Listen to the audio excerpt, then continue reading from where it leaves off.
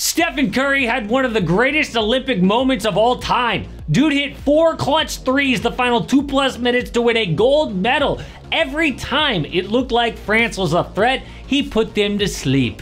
I literally made a video about Steph as a role player so far in the tournament, and right after that, he proved me wrong.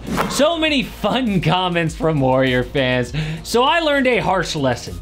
Never doubt Steph Curry. But the US learned a lesson too.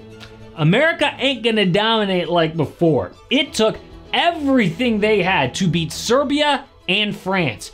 But who is leading the US at the next Olympics? Well, to answer that, look at what happened in France. The leaders in points, rebounds, and assists were Steph Curry and LeBron, 36 and 39 years old. Kevin Durant had the biggest shot to beat Serbia, so who's gonna replace them? I want to look at the potential 2028 US squad and who their biggest rival will be, but even the Avengers almost lost. The US cruised through every game but was down 13 entering the fourth quarter against Nikola Jokic. Serbia had shot just 27% from deep the first 2 times that they played, but could not miss the first 3 quarters of the semifinal. So Steve Kerr leaned on his all-timers, playing LeBron, KD, Steph, Joel Embiid, plus Devin Booker for all but 8 seconds in the fourth quarter. All the old guys won this game. Steph was amazing, scoring 36 points, 1 shy of Carmelo Anthony's US record. But check this out. Serbia up 2 with over 2 minutes left. Get the board out to a wide open shooter who misses the 3. If that goes in, the US is in trouble. But Steph and Embiid hit shots, and Kevin Durant, the dagger. This was Serbia's best chance to win gold, and they blew it, going 0 for 10 from 3 in the fourth quarter. They are not the biggest threat going forward. I mean, where do you think Nikola Jokic is going to be in 4 years? Did you see him partying after the bronze? This ain't exactly a physical specimen like LeBron over here. No, the biggest threat is France. Since the embarrassing loss in 2004, the US has gone 36-1 at the Olympics. The only loss? To France in pool play during the Tokyo Games. And in case you didn't notice, 5 French players were taken in the NBA draft lottery the last 2 years, including back-to-back #1 picks. Next year, they have another projected lottery pick in a stacked draft. And for some reason, they didn't even bring any of those super young guys, except for Victor Wembanyama. But in 2028, he could be the best player in the world with a lot of young elite backup. One guy they're not gonna have is Rudy Gobert. NBA players roasted him throughout the tournament as usual.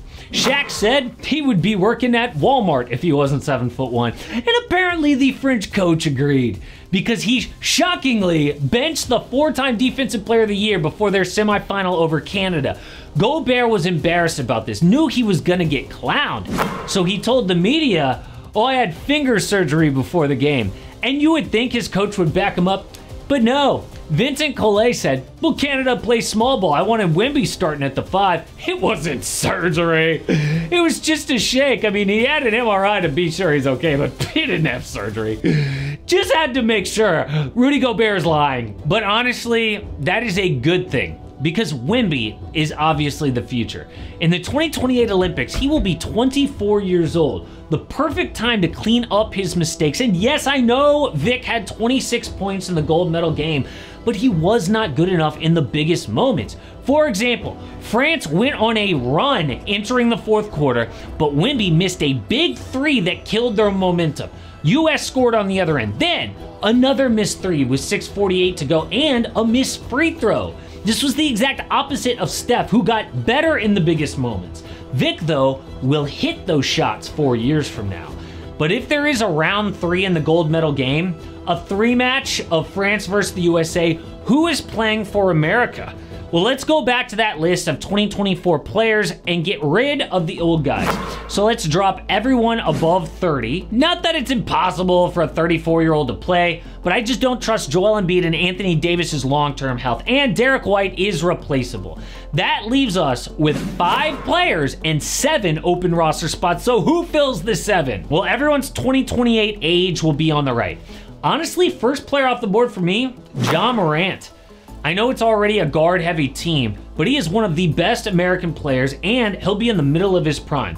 Then Cooper Flagg, baby. Youngest guy on the team. Every roster needs a young guy, and we need two-way wings like Paul George, Kawhi Leonard, whatever. Next, obviously, Chet Holmgren. We need bigs, and can you imagine how fun the Wemby versus Chet rivalry will be on the Olympic stage? Next, Paolo Banchero, who's kind of like a wing, forward, big, whatever. Bottom line, he flipped from Italy to the USA and pissed off a lot of Italians, kind of like Joel Embiid did. So we owe it to him, and he's really good. Then another wing with Mikal Bridges, and two role players, because we need them, Walker Kessler and Josh Hart. So snubs include Donovan Mitchell, Jalen Brunson, De'Aaron Fox, and Trae Young, but there are too many guards. Like, who would you flip here? And Jaren Jackson Jr. and Jaylen Brown, obviously. But is that enough to win gold? Now, you might say yes. I mean, you got a lot of all-stars there. But who will close the games? Because one thing we saw in Paris is no matter how big of a favorite you are, winning is tough. And who did it for the USA this time?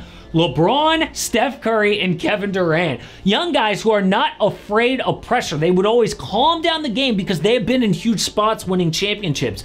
Which one of these young guys is going to have a LeBron, Steph, KD type resume by 2028? My money is on Anthony Edwards. I mean, I'm not saying he'll have multiple championships on the Timberwolves, but he'll be 27 years old in the middle of his prime, and he obviously has that Mamba DNA, not afraid to take the last shot.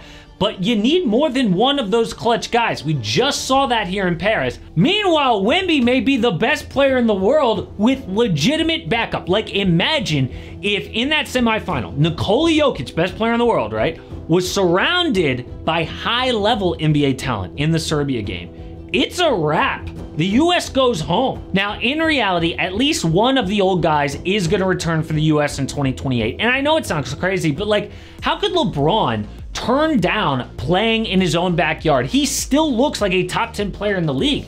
KD feels old because of his injuries, but he's got 2 years left on his son's contract.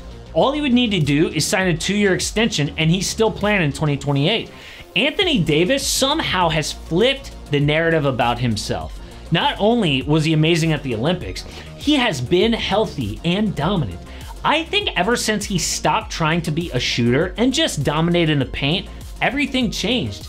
But it is clear that the US is in trouble because they barely won gold with 3 of the greatest players of all time playing their butts off. But one guy who is headed overseas permanently is Patrick Beverley. He is done with the NBA. Now, he says it was all his choice, but all the signs say he is lying.